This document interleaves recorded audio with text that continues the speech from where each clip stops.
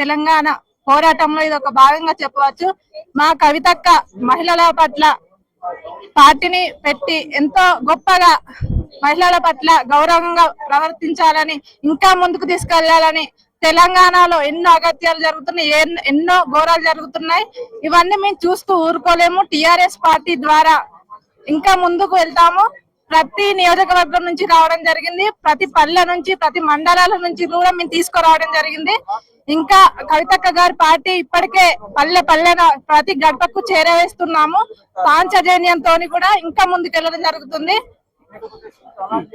ఈ పార్టీ యొక్క ప్రధాన ఉద్దేశం ఏంటి? ఒకవేళ మీరు సామాజిక తెలంగాణ అంటున్నారు కదా, సామాజిక తెలంగాణ మీరు ఓట్ బ్యాంక్ ద్వారా గెలిస్తే నెక్స్ట్ ఏం చేస్తారు తెలంగాణకి? ముఖ్యంగా ప్రధానంగా మేము చేసేది ఒకటే అన్న, పాంచజన్యం అనేది ప్రతి ఒక్కరికి, ప్రతి పేదవాడికి, ప్రతి బడుగు బలహీన వర్గాలకు కూడా ఇది న్యాయం జరుగుతుంది. కాబట్టి పాంచజన్యం ముందు ఉంటే మాత్రం పాంచజన్యం విజయవంతం చేసి మేము తెలంగాణలో గొప్ప విజయాన్ని సాధిస్తాము. తెలంగాణ వచ్చి మాత్రమే కాదు, తెలంగాణ వచ్చినాక కొట్లాడి సాధించుకున్న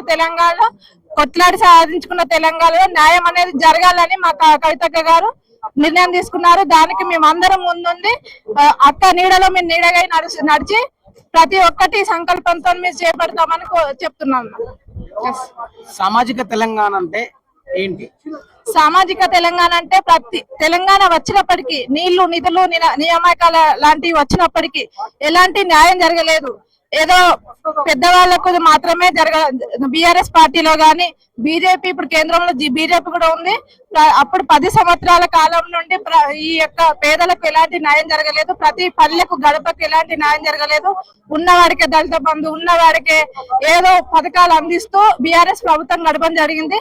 కానీ కవితక్క పార్టీ అలాంటిది కాదు. ప్రతి విద్యార్థికి ఇందులో వింగ్స్ కూడా ఉంటాయి అన్న, మహిళా వింగ్, విద్యార్థి స్టూడెంట్ ఫెడరేషన్, ప్రతి ఒక్కరికి కుల సంఘాలు, ప్రతి ఒక్కరిని దృష్టిలో పెట్టుకున్నాక ముందుకు కొనసాగిస్తున్నారు.